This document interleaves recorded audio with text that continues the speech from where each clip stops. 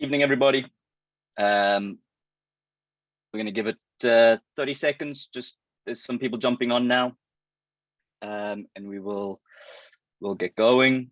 Don't want to take up too much of your time as we keep saying on all the other meetings. But hopefully this one is a little bit more enjoyable and not as tedious as some of the others that we put on for everybody. So hopefully I'm able to teach you a couple things, but there'll also be a portion at the end where we kind of come together and we're gonna plan a session. So if you don't know who I am, my name is Darren Patricio. I am the Director of Player Development, and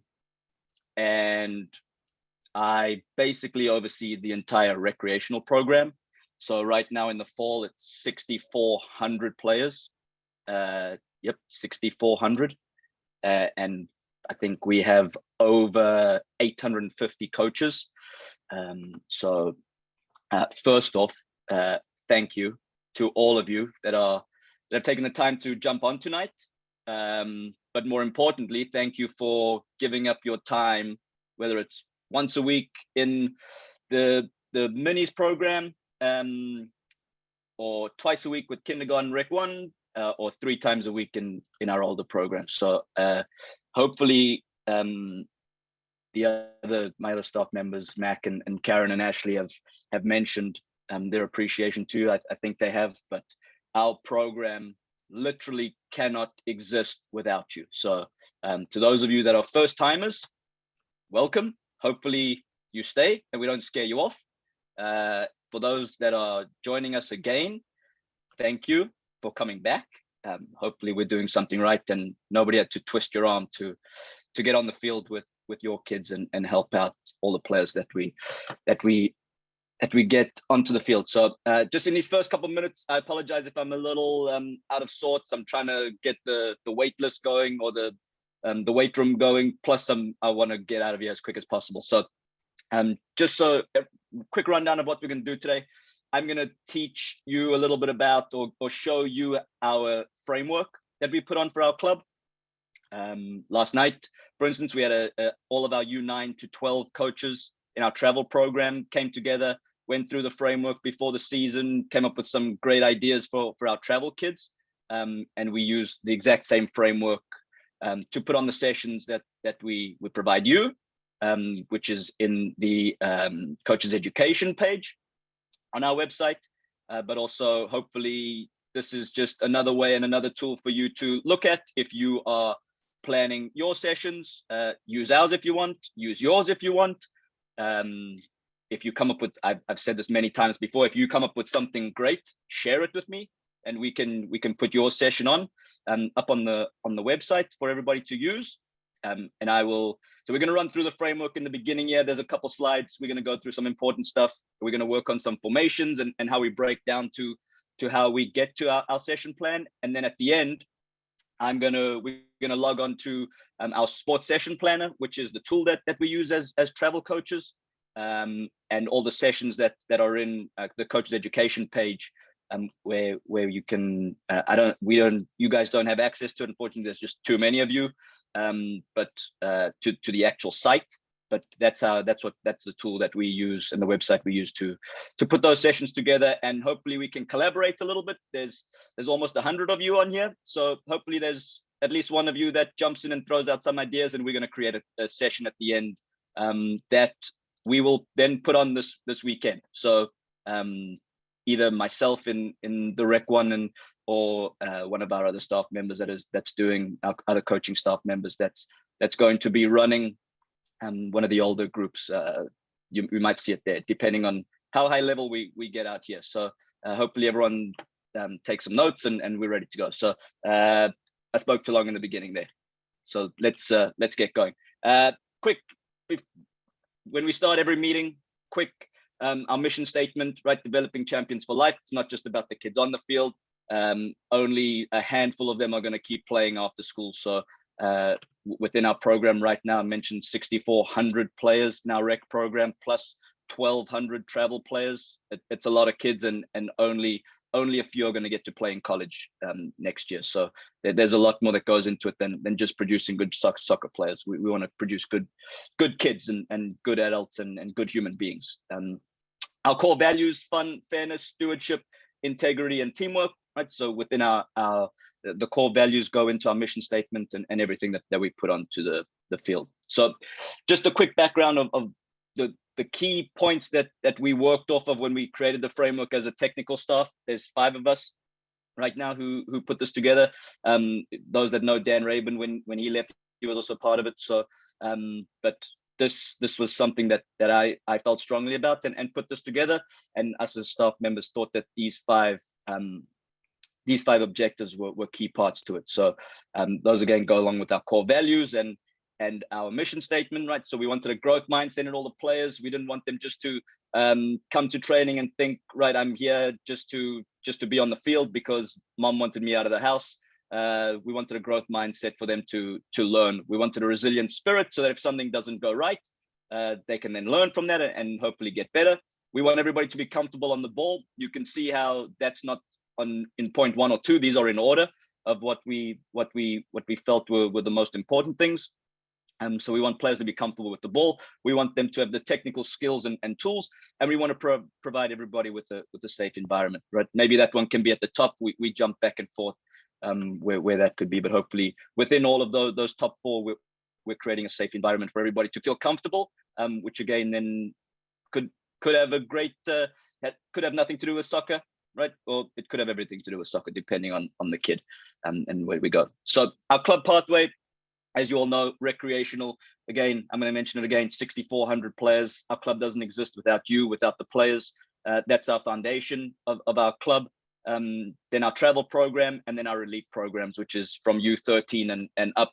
Our U12s, the top team gets bracketed in there because they go into pre-ECNL age groups.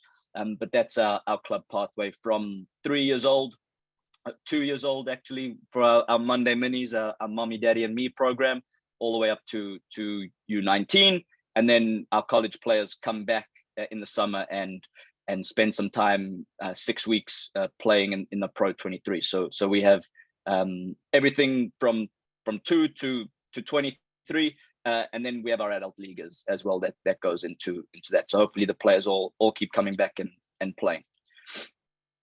Our development framework, right? So right now you could be in any one of these age groups. We have a foundation 1, foundation 2. That's our from U10 and under, or in our Rec 2 and Challenge 1 programs as our oldest players, and then it works its way down. You can see the focus area is the same from the bottom. The same focus point is in there throughout. But then we add a couple as they get a little bit older. So basic motor skills in the beginning, lots of fun games if you've been with us in our minis program. Then basic game understanding within our U8 program and U9 and 10 in our travel teams, and then U7 and Rec 2 and Challenge. The learning phase, we go into technique and awareness, a little bit knowing where they are on the field and what to do exactly. And so on, and we add communication at the end with some large group tactics as they get a little bit older. But this is just so everybody can see the different phases. We don't just group everyone together and coach our 3-year-olds the same way we coach the 19-year-olds. Obviously, there's a pathway for everybody to get through their phases. So this is the technical staff that helps with the club, that works for the club. So those, Mark Ryan is our technical director. Those 4 underneath, which includes myself, we are full-time staff members, and everybody else lower than that is not staff member full-time. They work part-time and come into those roles to support our travel teams, but they also are on hand to support our recreational coaches when they need. If I need them to jump in, they're certainly there to provide some answers. So you can see that there's a lot of brain power in there. If you know any of these names, you know how important they are to the club and the things that they do. And if you don't, we have one of the best coaching staffs and technical staffs around. So we're really excited about those people. And of course, everything that goes into the framework and throughout our session planning and for our recreational teams, that everyone has a hand in that. It's not just one or two people.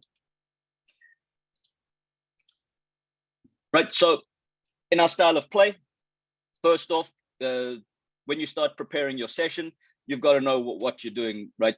Number one. So there's 4 moments to the game. There's attacking, transition from attacking to defending. There is defending, or there is transition defending to attacking. Obviously, the younger the players are, the less of that they need. We can just go defending or attacking, right? We want to score goals today. We don't want the other team to score goals today. Simple as that. So what is your objective within the session plan? So that's your point number one. Do we want to work on something going forward, or do we want to work on something where we prevent the other team from scoring? As the groups get a little bit older, probably U9, so into our Rec 2 age groups, our Challenge 1 age groups, you can then start to work on transition. That is just where the ball, once you win the ball, how quickly can we get to goal? Once you lose the ball, how quickly can we defend? So it's all about speed.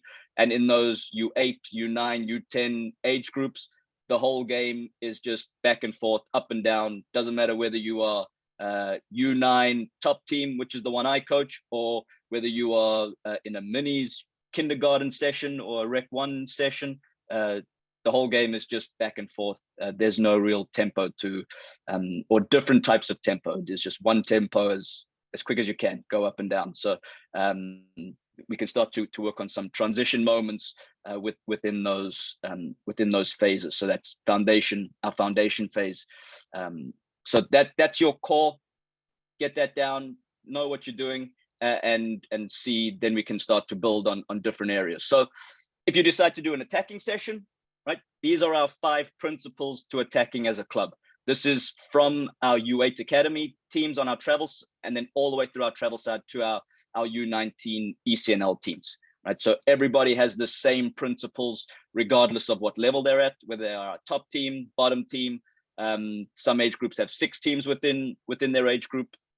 The same principles are there throughout. We don't change them up. We want players to either pass or dribble forward when they have the ball, create overloads. So either a 1v1 at minimum. How do we create 2v1s is even better. How do we stretch our shape, which means how can we create width and depth? So how can we get the players as wide as possible, or how can we get them as deep as possible from our striker? That doesn't mean sticking your striker on the other 18-yard box and your defenders next to your goalkeeper. There's no purpose. That is, you can turn around and tell me we're stretching the shape 100%, but then there's too big of a gap in between.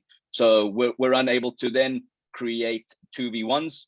We're just creating chaos moments within the game. We're unable to move the ball to create space because there is just too much space, so we can't keep it.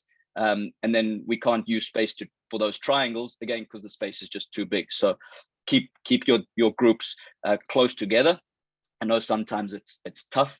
We want to stay compact, or to a certain point compact, so that we're able to move the ball. But we want to at least create some width. So from touchline to touchline. I coach U9s on our travel side, and our biggest thing is getting the ball from one side to the other. Because if we can get the ball from the left to the right, we can probably create at least a 1v1, and hopefully that player is then running into space with no one in front of them. And once you get players running into space, defenders have to move and shift, and you're then creating passing lanes, which then opens up triangles, and hopefully we can then create scoring chances. So that's our biggest thing in my age group, just getting the ball from one side to the other. So you've picked your attacking session, right? Pick one of these. Don't say we want to dribble forward so that we can then try and create width and depth. But so within your session, pick one of them. There's 5 to choose from. You train for 8 or 9 weeks, so you can rotate if you want. But try just keep it to one at a time. So number one, you're not overloading the players with too much information. But 2, you're able to then set your session up and probably keep the whole setup for the entire training session. You don't have to pick up cones and move the space and move goals. everything should be already done if your flow is correct, and we'll go into that a little bit later. So we picked attacking. Pick one of those moments within our principles. We'll run through each principle now real quick. So attack to defense transition. We want to put immediate pressure on the ball. So how do we close that space as quick as we can? How do we regain our team shape? So we've created that perfect width. How do we then get closer together so that the other team has less space to play through? We want to prevent forward passes as quick as we can. If we put immediate pressure on the ball, hopefully we've done that. We want to delay the player in possession if we can't win the ball immediately. And we want to delay the other team's attack as a whole if we can. So that's kind of in order. If we don't put immediate pressure on the ball, then everything else, we're kind of just chasing the game, and we've opened up too many spaces for the other team. We're going to run through these a little bit quicker. So defending. First, we want to win the ball back as quick as we can. Again, with that immediate pressure, we want to make and keep it compact. So that's just getting closer together. We're losing that width and that depth. We want to pressure the player that's got the ball with cover and balance. So we want to create 2v1s when we have the ball. We want to create 2v1s as well when we don't have the ball. If we can win it, then we have somebody to play the ball to, and hopefully that we beat the pressure with one pass, and that player is then running into space. We want to provide cover and delay the opponent's attack. Again, that's a 2v1, and we want our defensive line moves together, right? That's a little bit trickier. That's more for our older groups. I'll tell you, in my U9s, we play with one defender. So he moves up and down, and when he needs a break, I got another guy that jumps in there. We don't ask them to stay together and work together really. 1v1. How can you produce a 1v1 battle that you can get ahead of in the game? And then transition from defense to attack. It's much of the same stuff that we've already been talking about, right? Just the opposite way around. So we want to dribble forward as a group, or pass the ball as a group. We want to keep the ball when you can't play forward. So that's using your goalkeeper. Encourage your players to use the goalkeeper so that we can keep it and go from one side to the other. Give support to your teammate with the ball, right? That's the 2v1 situation again, and make the field as big as possible as quick as we can. So we just open up those passing lanes in the opposition, and encourage your players to move ahead of the ball. So not just one player just standing waiting for the ball to come to them. How do we start going forward and playing behind the other team? If we can open up, if we can get that width going and that depth, we've created some space between the players, and then we can play forward through those lines. So here's our formation, right? So we're gonna say we've picked one of those moments of the game. We've run through and we've picked one of those principles. Now you need to decide what formation you're playing. Within our Rec 1 and kindergarten teams, we play within a diamond. We don't change it up. In our U8 Academy, this is how we play every single week. So hopefully everyone's doing the same.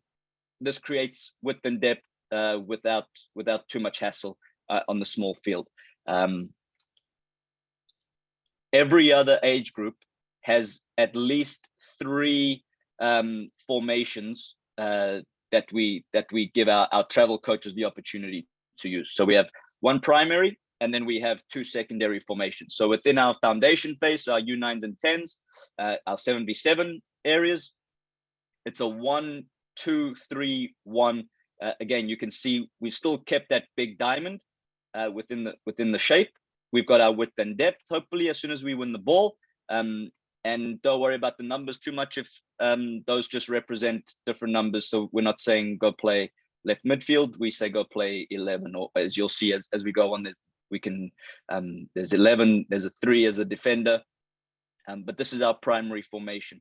I will say this, and we mentioned it last night, as we're talking about it with our coaching staff, none of our lead coaches within our age group play with this formation at 7v7, and none of them at 9v9 play with it either, our primary formation. Everybody uses their secondary formation, and so that's that's okay.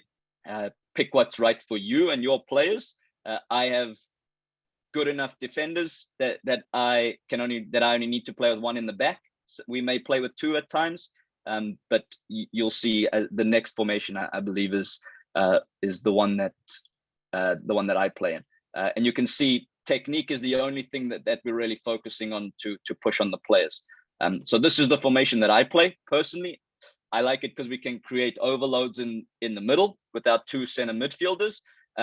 And again, I can call this is a 3, so a left back, or a 2, which is a right back. These guys, their job is to act as wingers when we have the ball, and when we don't have the ball, they have to support and track back. But we can create numbers up and overloads in the middle, which hopefully then pulls defenders out and into that space, which then can open up the gaps for my strikers or for the guys on the outside that have created that width to go forward, and they don't really have to worry too much. We're just playing through those passing lanes. But again, use what works for your team. This is another one that our coaches use, with 3 in the back, 1 in the midfield, and 2 up top. That just, we can go forward, we can play forward quickly, and then it's still about those 2 outside players just supporting, and maybe the center midfielder isn't just going forward the whole time.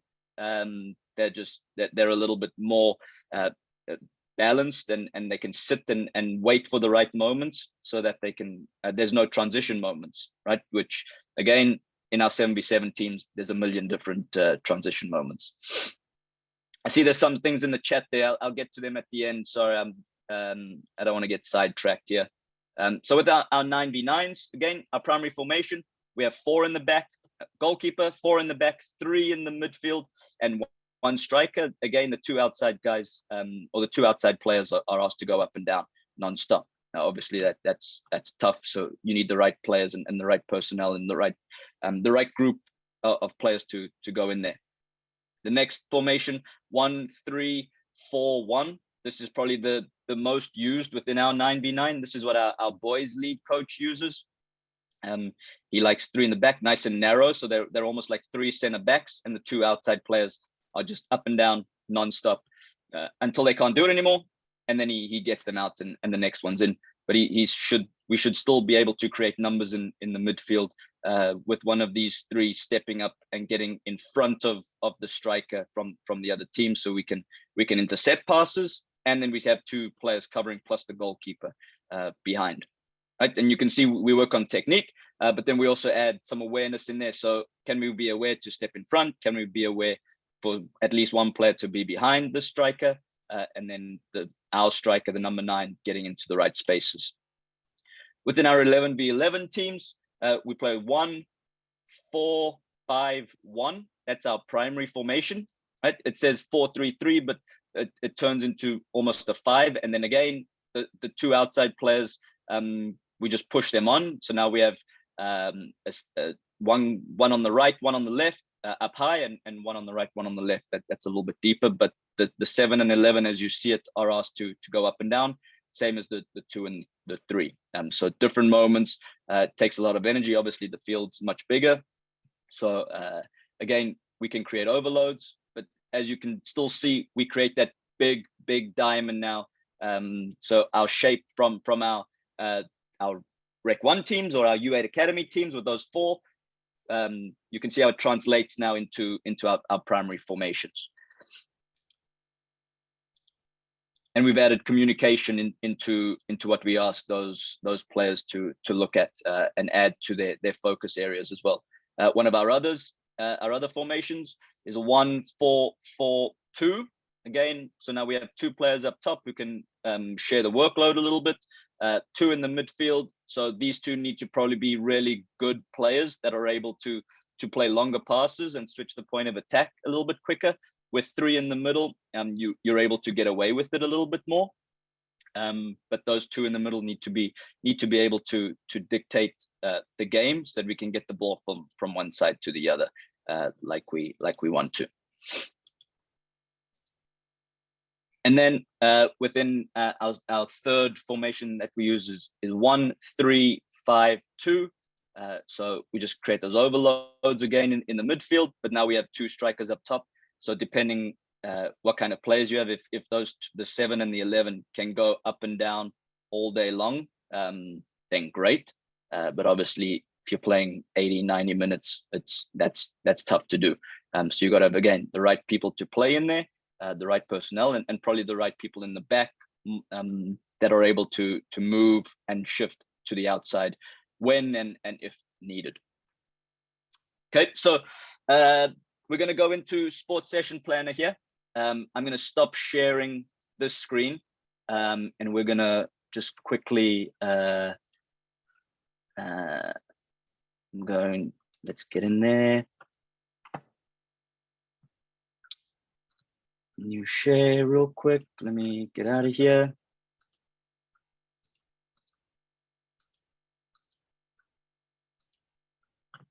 Right, so we are going to prepare a session real quick.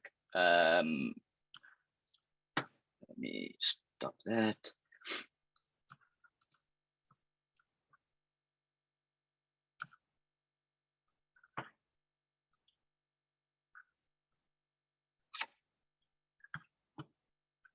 Okay, hopefully everybody can see my Sports Session Planner screen. We're in there. Quick, give me a thumbs up there, somebody. AJ, I see you there. Okay, good. Thank you. Right, so Sports Session Planner, right? Again, like I mentioned, I wish I've tried to get all of our coaches access. It's tough because there's only a 6-month period and you got to pay for a 12-month subscription, and there's over almost 900 of you rotating every season. So I'm trying to see if we can get one big account and just everybody uses the same login, so you can go in and use this. Otherwise, pen and paper. Use pen and paper. I will also share a session planning template that we use that sometimes you don't have access to your computer or to this resource or some kind of resource, and you just need a pen and paper just so that you have something with you. So the goal right here is I want us to create a training session that we can put on this weekend for either we're going to decide what age group we're going to do. We're going to decide what phase of play we're going to do. So whether we're going to go attack to defend, defending, or defending to attacking. And then we're going to pick one of those principles within our framework. So and just so you know, I know a couple of you have reached out. I know we only have up to week 4, I think, in the coaches education in our session planning library for our 3rd grade and older teams. Those will get updated. We will have a session plan for everybody. So if you want to use those, that's why they're there. I want to make your life as easy as possible. But if you come up with something great and that works and the kids love, tell me. So, but I also have, I went through it today and I didn't realize I had so many. I have almost 250 sessions within my session planner. And I usually do 4 activities per training session. And I have almost 500 just activities. Some of them are rotated. I can tell you, I probably only use 10 of them. I probably only use 10 activities. So I'm not sure I've wasted my time doing all those others.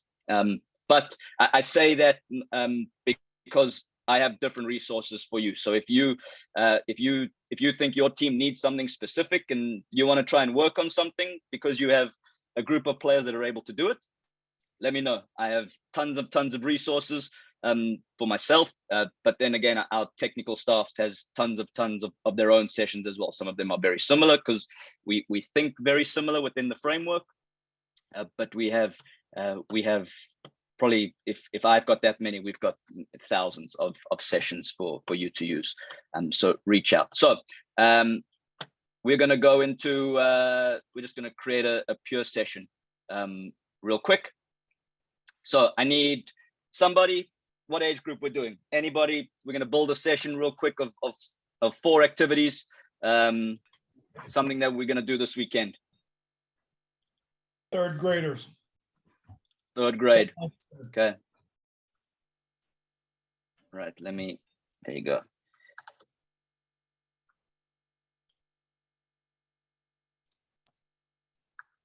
And same or somebody else? What's our moment of the game going to be? Attacking, defending, transition, one of the two transitions. Water breaks. What's that said again? Sorry. I said water break. Water break.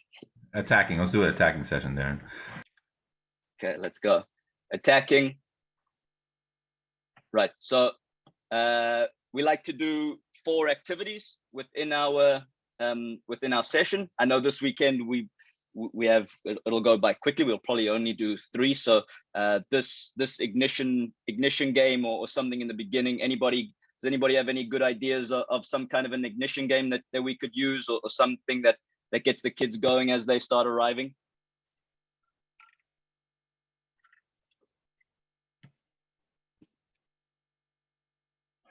I'll go. I'll say something. I kind of use and they love this with the younger kids. I've got the Rec 1, kind of like a bocce ball sort of thing, Darren, where I have them all on a line and cones at different depths, and they have to start using their perspective in terms of how strong they have to kick, and start to get that depth perception in terms of how much force behind the ball to get to certain cones at different distances away from one another.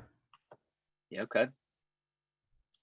So we just we go just like this, different cones all over the place. They're in lines, in lines. So they'll all stand in lines, and then opposite them there'll be different cones at different depths. So you can kind of like stagger them, further away.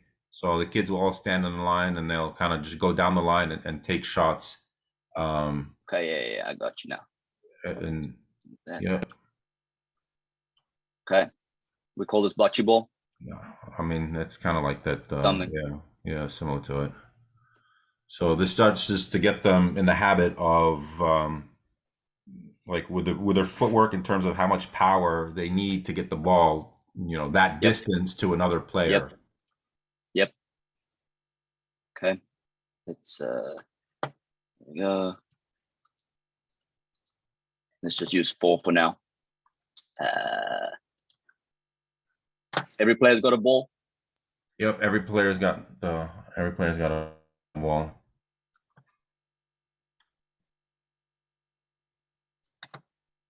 So you can have them stand at like from the left-hand corner, and then work their way down. Like take a shot, next kid take a shot, next kid take a shot, and see who gets the closest one to that one. Then they move a little bit further towards the middle with another cone.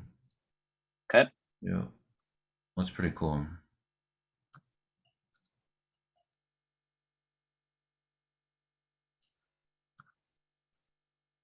Right. So the objective, just build your way. Let's say just work your way down the line. Right. We'll I'll make it a little bit more in depth, but and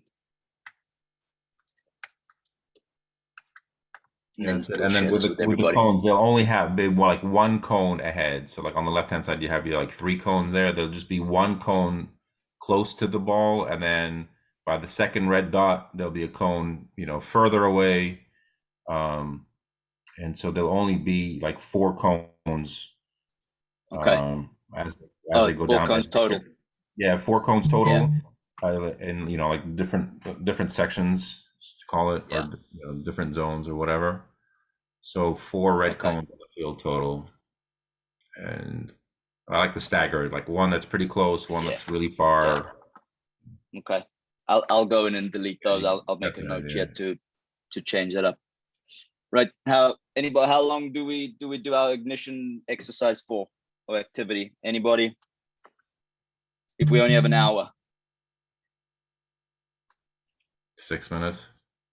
Yeah, I was gonna 5 to 6 minutes. It's just to get the players. There's always 1 or 2 that are running late, right? So you don't want to get started and have to. I tell my kids all the time. I had to remind them today. I hate repeating myself.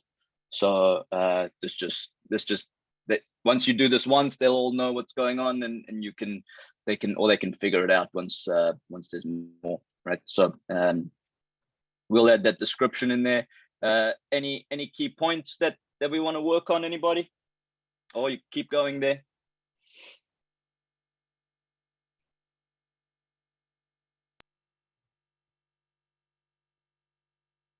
I guess like key points was, just look up, head up, and um, I guess look up at the cone, Yep.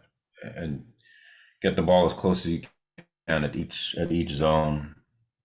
Yeah, I would say your key points. So this is really a passing activity almost. Yeah, So you got to know where your cone is, obviously, and where the target is.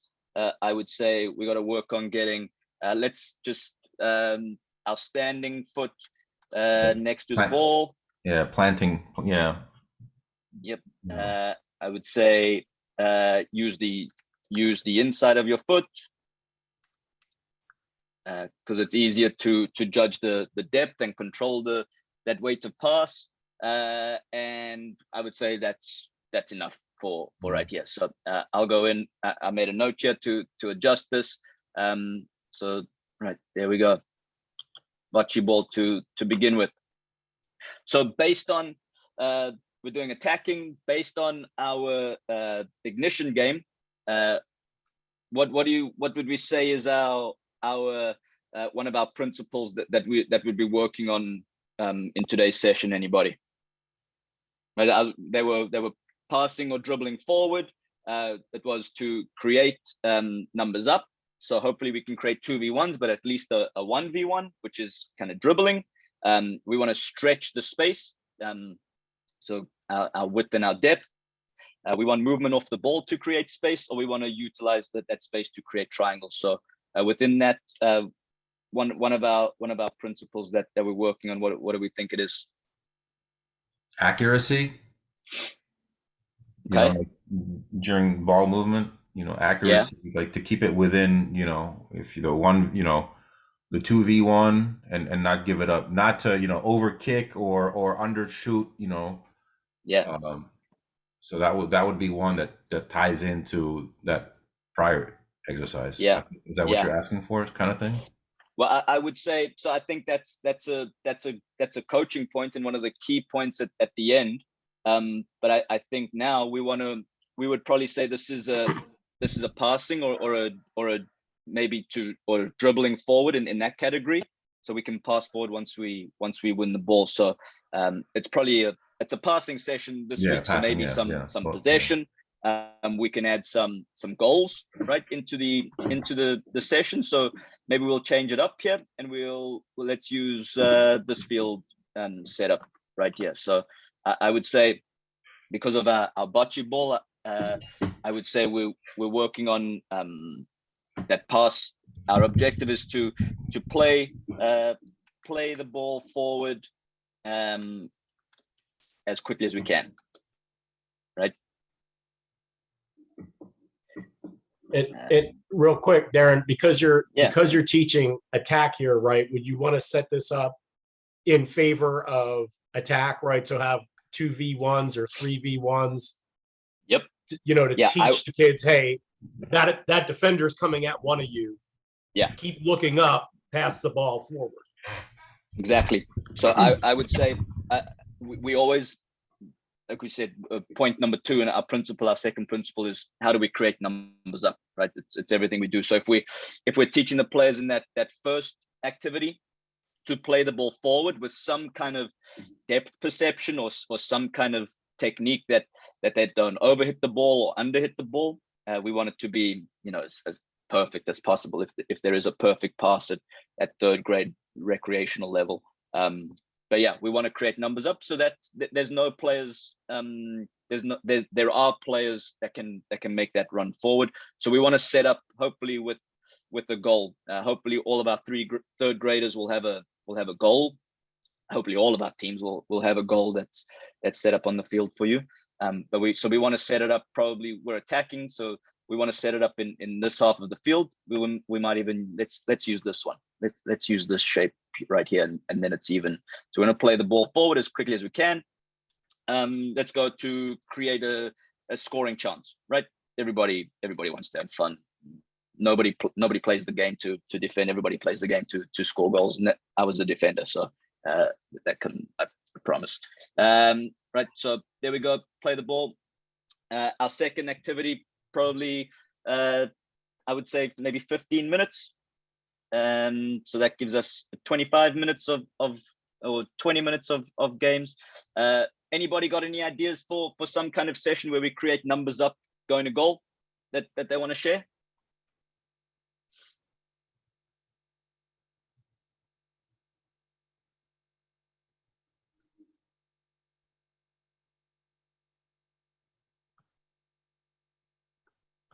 Come on, everybody. My when I was coaching for the second graders, we were doing corner kicks for about 10 minutes. So that kind of was a good, just to kind of shake it up a little bit.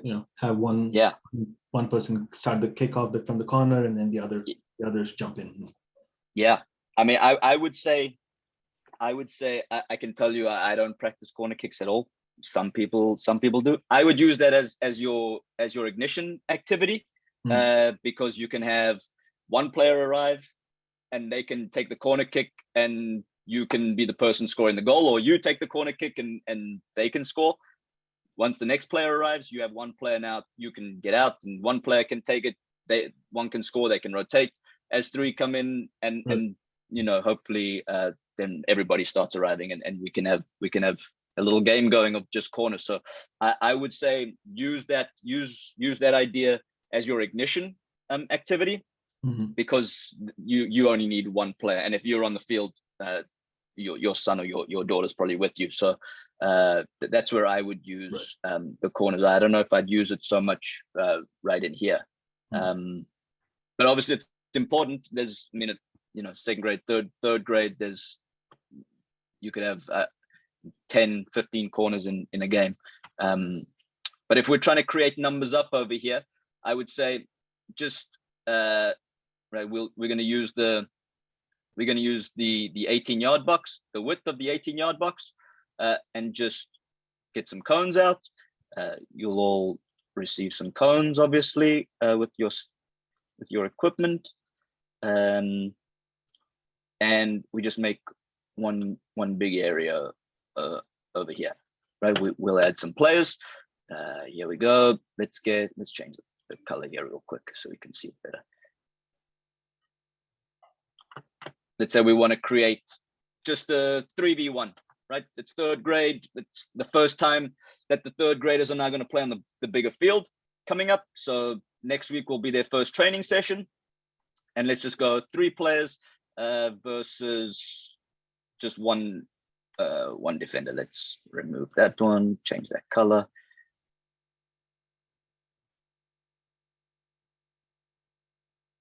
Right, it's a little slow while we're sharing the screen here. Right, one defender. Let's go. No goalkeeper to start, and all it is we're just gonna have, let's say the middle player starts with the ball, and all it's gonna be is these 3 will now move their way forward to create. There's your number up, right? So you've got your width, you've got your striker that's just won the ball, for instance, and now they go forward. The good thing about this is we can animate this, which I'll probably do when I share with everybody. You can we got to go out of here, so I don't want to keep going back and forth as we're doing it. But we can animate this to show everybody and just share the link, so you all can see the session plan. So there we go, 15 minutes, and it's just pure going to goal. You can probably, let's say you're a third grader, you've got 12 kids on your team. I would probably stick 9 up top here, so they're working in groups of 3 and 3 defenders. So we'll just stick the next 2 next to the goal like that, and then they just keep rotating, right? And then those 3 will work together. So if we're doing 15 minutes, I would say after 3 minutes or so, then we get the next group in, 3 minutes, next group, 3 minutes, next group, and you just can rotate like that. We'll add some coaching points. Well, actually, we'll add a description, but anybody got any coaching points that we would look for within this particular setup of us to go forward and go to goal?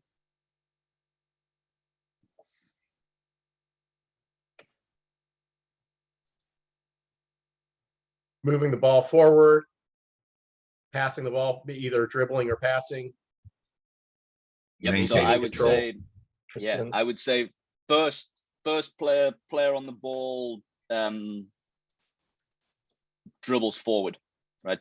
That's most important. We don't want to. Yeah. There's no point in us passing the first ball if let's say we play it out wide, and then the defender can use the sideline against us. So first player must dribble forward to at least entice the defender to come forward. Right. Yeah. Well, what were some of those other points you said there?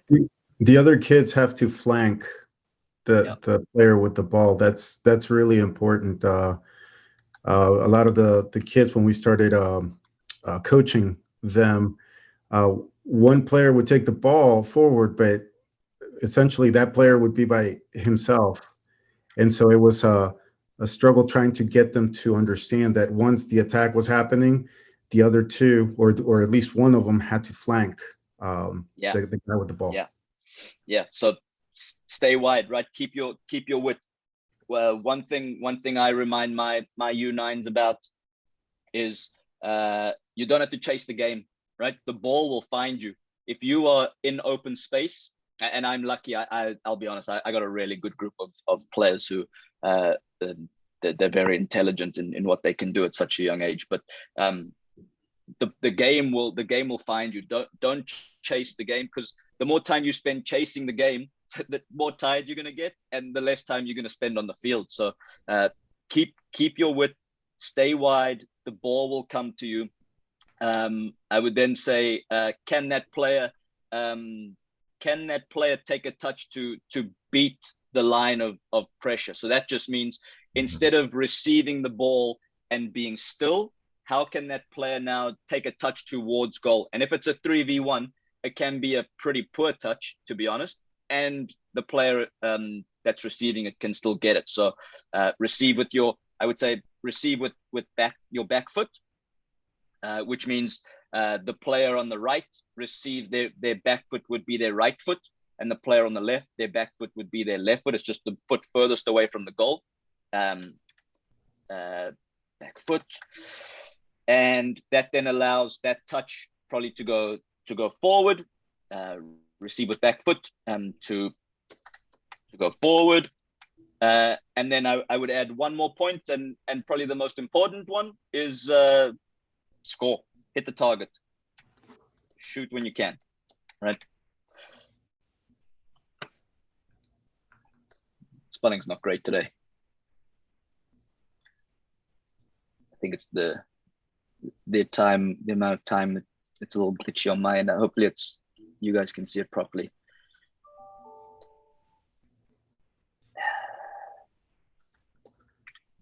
Right, there's your 4 coaching points for the session. I would say then the next thing, going into the next, maybe we just add another defender, or we just add a goalkeeper into the next one. So one of these players now, you can probably just duplicate this. Let's clone it. Also minimize the number of touches too. Yeah. All right. So like max 2, 3 touches, and then max 2 touches. Yeah. So we've cloned that. So now it's just 3v2 to goal. And you have just, there we go. We've added a goalkeeper in there. So now you're still trying to, and we've worked on the exact same coaching points and the exact same objectives within there. And you've literally put down, you don't even need this many cones. You probably need 10 cones, or you just stick to it the top here. So with the starting points, and your last thing is a game, right? So not a lot to go in there, or not a lot of preparation on your part, but the kids will probably enjoy this session, so this is great. We'll definitely use this on the weekend, and yeah, last one, just however many players you got, we'll just play a game. We're not going to draw up a game. We've gone into 50 minutes here, and there we go. Game situation. So we got some bocce ball. we got 30 minutes of going to goal. And then we've got enough time, 20, 15 minutes, depending on how many water breaks we take to get going. So we're going to save this. There's obviously you can see the amount of depth that you can go in here. We can break it down. We'll just call this technical attacking. We want to go forward, so working on our attacking skills, maybe our skill level if they're there, 3rd grade. So we go U9. We'll call it U10, and we can write in a description, which I'll do once we get going. So we've got 5 minutes of bocce ball. We've got 15 minutes, and that leaves us probably 20 minutes to play at the end, right? Great session. Kids will love it. We're going to goal the whole time. They're scoring goals, they're shooting, so they're working on passing and receiving in there. They're working on moving forward. They're working on ball striking, and a million different things that they can work on. So that's good. Let's stop sharing there. I can see everybody again. I think that's a really good session that I'll probably use with my my U9s at some point. And I do use that exact session. Going to goal, we play 3v2s all the time, 2v1s, 4v3s, different scenarios. So let me see, and quickly, you get a copy of the deck. Yep, all the information, all the slides from the week and are already uploaded. Everybody will get an email of where to go, but check the info center, the coaches information center. Everything's, there's the same question there, same question. You're all asking the same question. Everything's up in the coaches page. Go look at the coaches page. There's a ton of stuff, all the recordings, the presentations. But yeah, you're a parent, so a lot of the things that got said during the week are just kind of common sense stuff, and but obviously we gotta go through it to make sure. Right, anybody got any questions? We got a couple minutes here that I can help you with. Try keep as much as I would love to take our last couple minutes to answer some admin stuff. If you got some coaching questions, let's ask those first, and then we can either have some time at the end, or you can email the program managers with the admin stuff. So anybody got any questions for me? Session planning, game stuff about the weekend?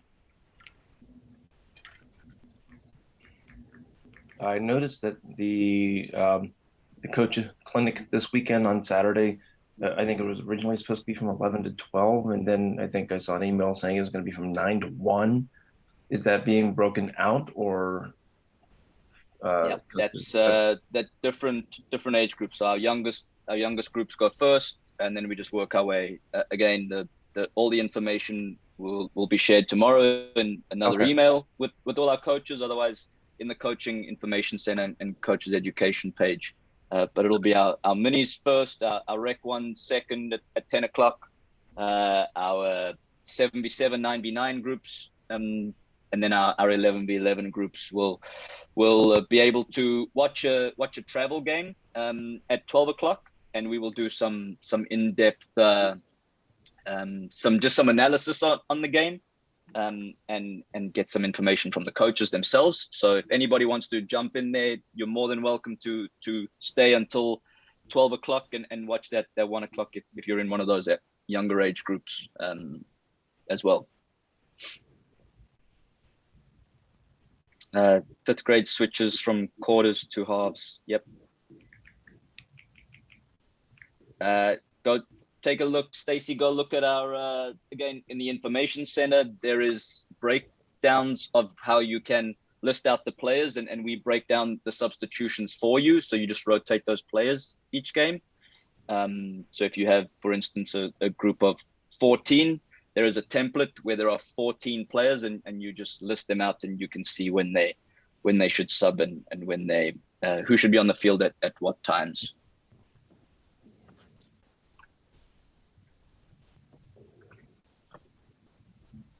Anyone else? The coach's bag, the contents between Rec 1 and Challenger 1, is there any difference in the equipment? The size of the ball. And probably the number of pennies.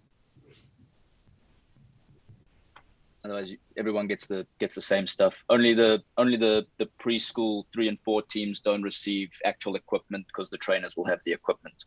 But the bags are all the same. Just depending on what age group you're in, the size of the ball is different, and the number of pennies just to accommodate your training session. So if you are in Rec 1, you only get 4 pennies because you should only have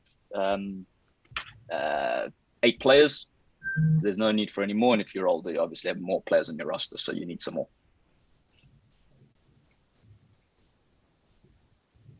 Hey, Darren.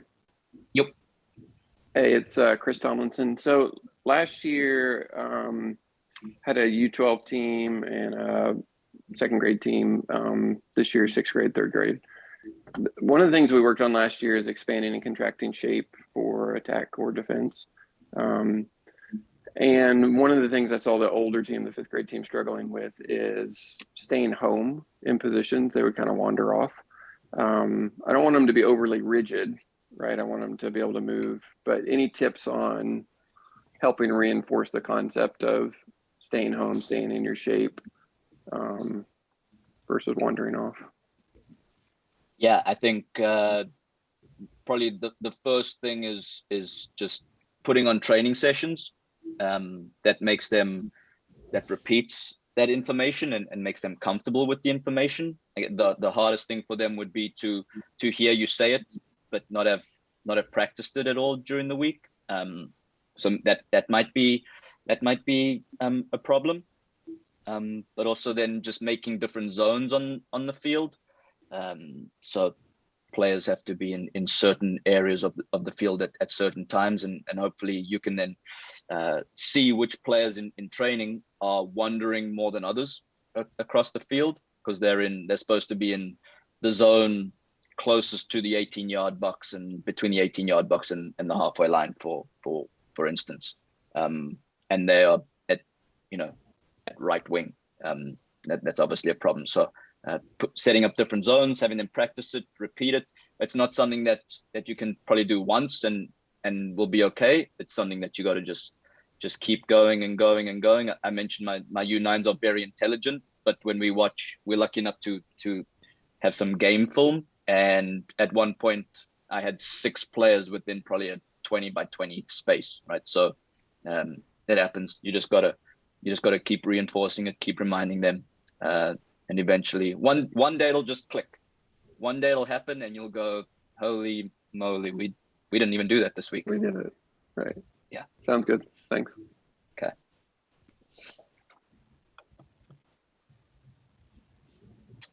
See, someone asked who's participating in the practice sessions. I player-wise, yep. So we'll have U8 Academy players in the sessions. We will have one of our those will be in the first 2 sessions. Our 11 o'clock session for our 3rd to 6th graders will be with the U11 girls team, our second team, and then our oldest group with our classic and challenge classic and high school coaches will be some 207 teams within our travel program who are scrimmaging together. Right. Anything else? I don't know if it's going to kick us off here. I think we're only scheduled till 8 o'clock. So if it does kick us off, thank you everybody.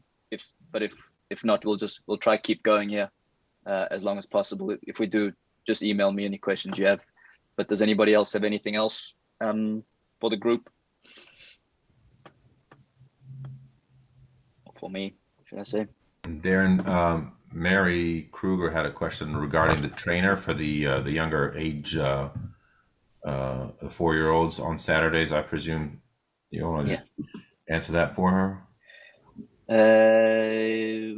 It's up there. Basically, the trainers. Yeah, Saturday, so the trainer will lead the session. It'll be a lot of a lot of motor skill games.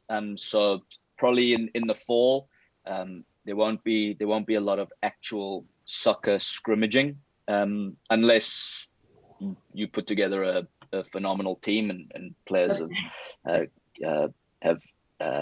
have different skills than what we used to. But it'll be a lot of getting used to the ball, playing, different motor skills to work on, and different in different areas of the field. So it'll be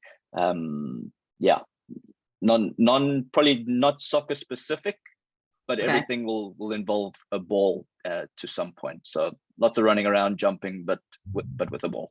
And they'll take the lead there for, I think, the first 3 weeks, and then so you'll just play like a supporting role, Mary. Okay.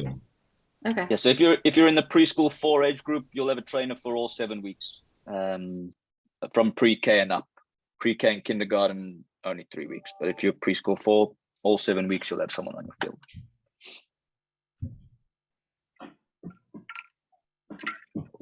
Can players watch the coach session? Yeah, of course. Players are more than welcome to attend. Will. Anyone else? These slides will be posted. Yep. All right. Thank you very much. Thank you so much. Yeah, of course. Good. So there's nothing else. Oh, Shelley, you got something? You got a question?